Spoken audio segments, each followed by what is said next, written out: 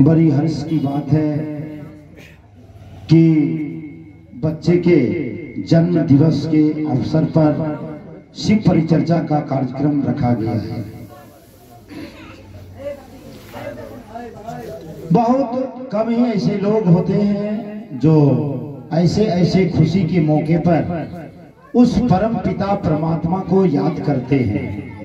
नहीं तो इस फैशन के इस दौर में लोग खुशी का जो इजहार है वह दूसरे मकसद या दूसरे प्रकार से मनाने का काम करते हैं।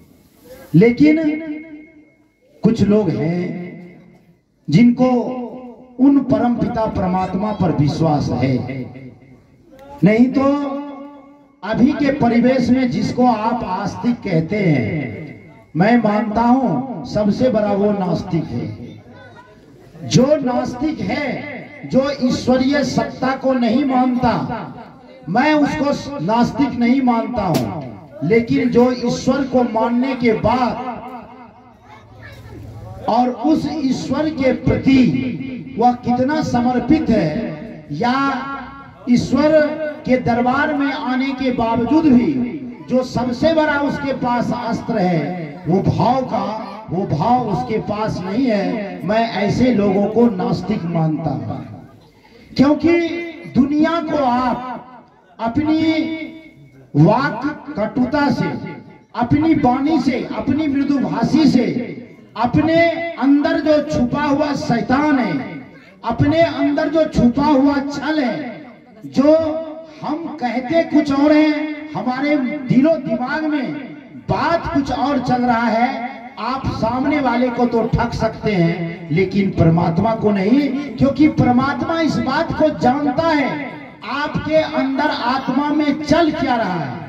आप जो कह रहे हैं क्या इस बात से आपको कोई लेना देना है?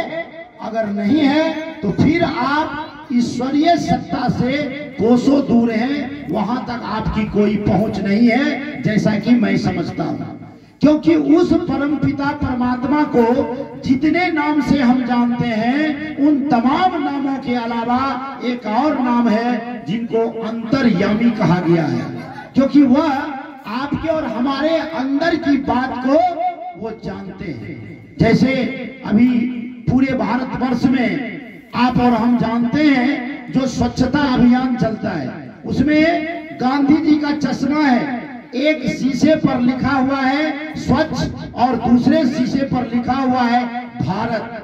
जहां भारत है वहां स्वच्छ नहीं है, जहां स्वच्छ है वहां भारत नहीं है। और इसी तरह हम और आप जिस चाहे आध्यात्मिक जो भी कार्य हो, मैं ये नहीं कहता हूं कोई अभियान गलत होता है, ऐसी बात नहीं है। चलना आपको और हमको है।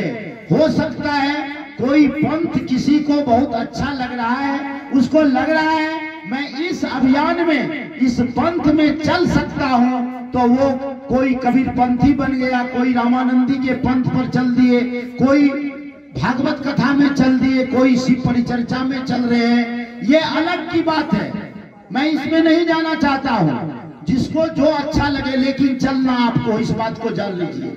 और एक बात मैं बता देना चाहता हूं, व्यक्ति के धर्म का हिसाब नहीं होता है, कर्म का हिसाब होता है। आप कौन से धर्म में पैदा लिए ये मायने नहीं रखता है, मायने ये बात रखता है आपका कर्म कितना अच्छा है। क्योंकि जितने भी शास्त्र पुराण जो भी पढ़ ले, जो धर्म ग्रंथ आप पढ़ ले, चाहे बाइबिल पढ़ ले, या हिंदू का जितना भी धर्म है, या मुसलमान का जो भी पुराण है, जो भी पढ़ना है आप पढ़ ले, गुरु ग्रंथ साहिब जो भी पढ़ना है। लेकिन आपको जब तमाम ग्रंथ का आप रिसर्च करेंगे तो आपको पता चलेगा जो सभी का सार एक ही है, परोपकाराय पुण्याय पापाय परपीडनम। अगर आपके अंदर दूसरों के प्रति उपकार की भावना नहीं है, आप किसी धर्म के नहीं हो सकते, किसी भी पंथ के नहीं हो सकते, आपका कोई धर्म नहीं है। जो आपके अंदर दूसरों के प्रति अगर दया जागृत नहीं हो रहा है, फिर आप शिव का शिष्य भी नहीं हो सकते हैं। क्योंकि जिसको आप गुरु बनाए हैं, शिव को, शिव का अर्थ होता है कल्याण करना। आपके अगर दिलो दिमाग में दूसरों के प्रति कल्याण की भावना नहीं उत्पन्न हो रहा है, फिर आप शिव का शिष्य नहीं है।